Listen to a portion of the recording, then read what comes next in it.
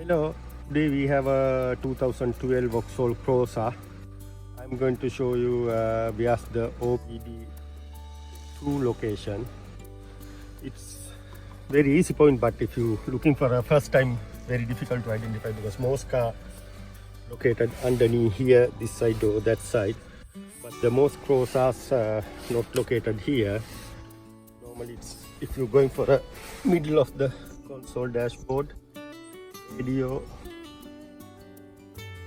air controlling, and after the bottom, straightly in front of the here, you can see the tiny hole underneath. When you go under, the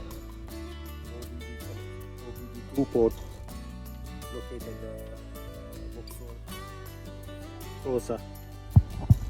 Thank you. Thanks for watching.